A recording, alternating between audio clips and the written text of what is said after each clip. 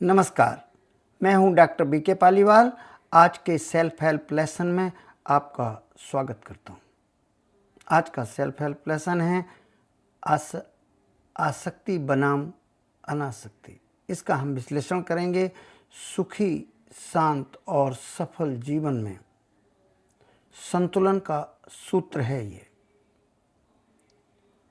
Modern psychology का अध्ययन करेंगे और सनातन साहित्य का भी। पहले तो समस्या जान लें।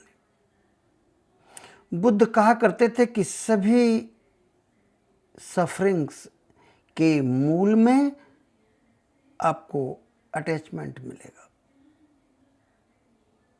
The attachment is the root of all sufferings.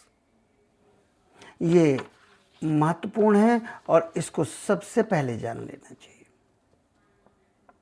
सब कुछ है।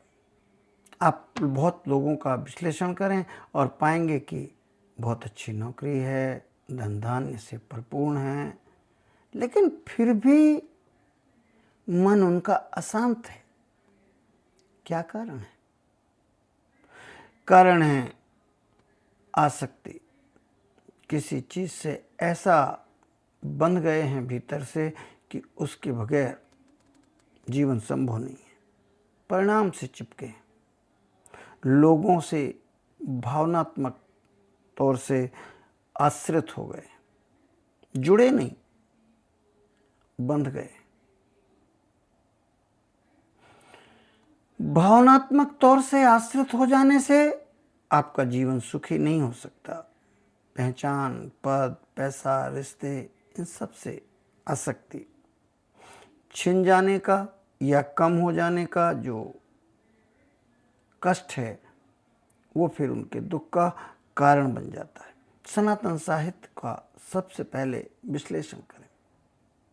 बहुत पूरी दुनिया में इस बात का समाधान अगर कहीं जाके मिलता है तो वो श्रीमद् भगवद गीता में है। बहुत लोकप्रिय श्लोक है और आपने भी सुना होगा।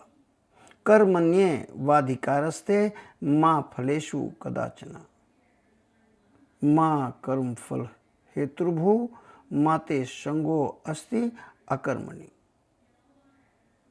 अगर आपने फल पर एकदम अड़ गए और उस पर समझौता करने को तैयार नहीं है कि बस नहीं, फल तो यही चाहिए, हमने ये कर्म किया है, अब हमें ये फल मिलना चाहिए, तो बस सफरिंग शुरू हो गई। लेकिन यदि प्रोसेस पर ध्यान दिया कि भाई हमने तो कर्म अच्छा किया है और फल पर हमारा पूरा अधिकार नहीं है, क्योंकि बहुत सारे फैक्टर्स होते हैं। और ये बात भी सही है कि ऐसा नहीं कि अकर्मण्यता को चुन लें। इसको इस श्लोक में ये ट्रिक बहुत लोगों को भ्रमित कर देता है कि तो फिर कुछ करें ही ना। नहीं, अकर्मण्यता ऑप्शन नहीं है। फल जो आए उसको स्वीकार कर लेना और दोबारा कर्म करना।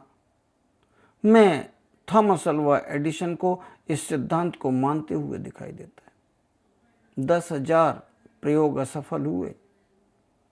जब वो निर्वात में बल्ब जलाने का रिसर्च कर रहे थे तो 10,000 प्रयोगों का सामना उन्हें करना पड़ा जहां असफलता मिली।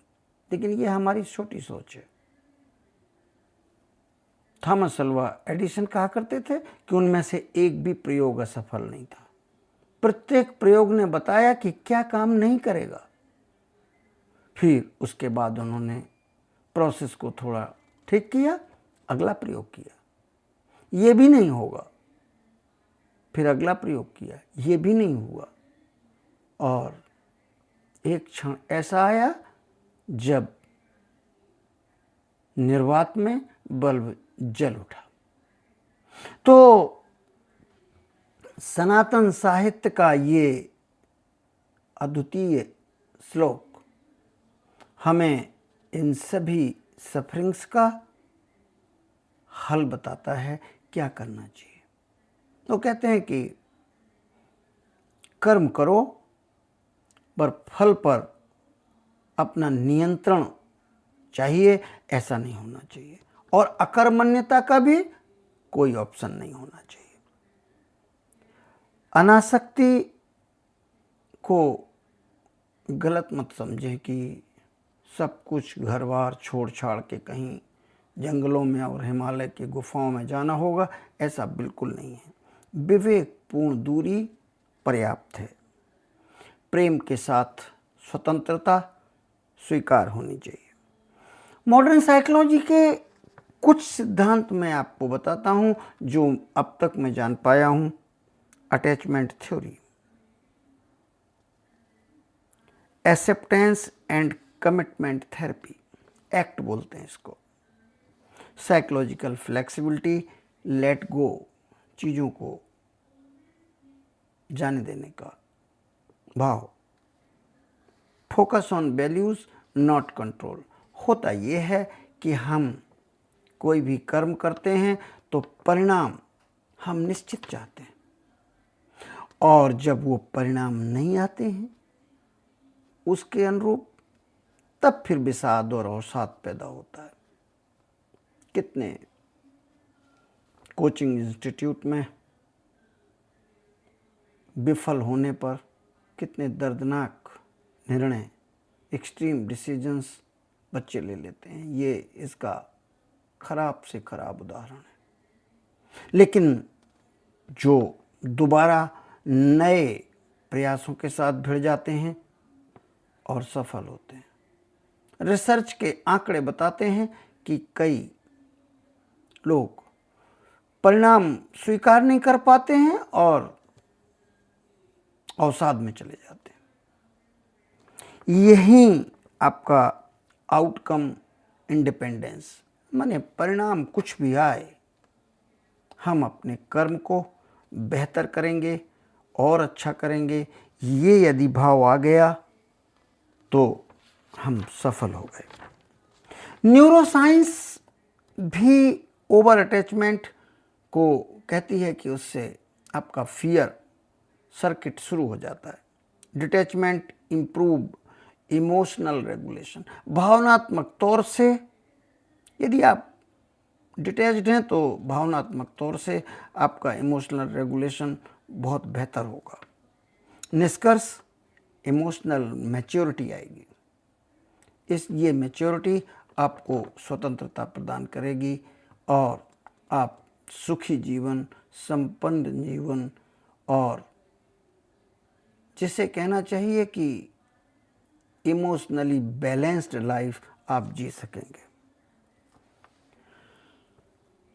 बुक्स में से एक पुस्तक मैंने पढ़ी है जो इस संबंध में आपको काफ़ी रुचि कर सकती है। वो है man's search for meaning, Viktor Frankl की बहुत ही महत्वपूर्ण पुस्तक है। छोटी सी पुस्तक है, आप इसको बहुत आसानी से पढ़ सकते हैं और जीवन के उन रहस्यों से आपका सामना हो सकता है जिसमें आपको भावनात्मक तौर पर स्थिरता आ सकती है।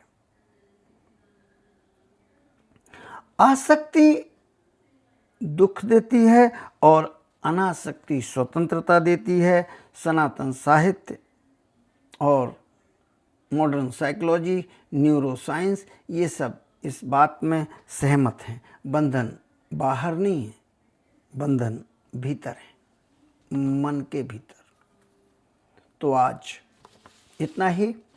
यदि आपको इस वीडियो के कंटेंट अच्छे लगे हों तो कृपया चैनल को सब्सक्राइब करें, लाइक करें, शेयर करें, सुनें और सुनाएं। मिलते हैं फिर किसी नए सेल्फ हेल्प लेसन के साथ। धन्यवाद, धन्यवाद, बहुत बहुत धन्यवाद।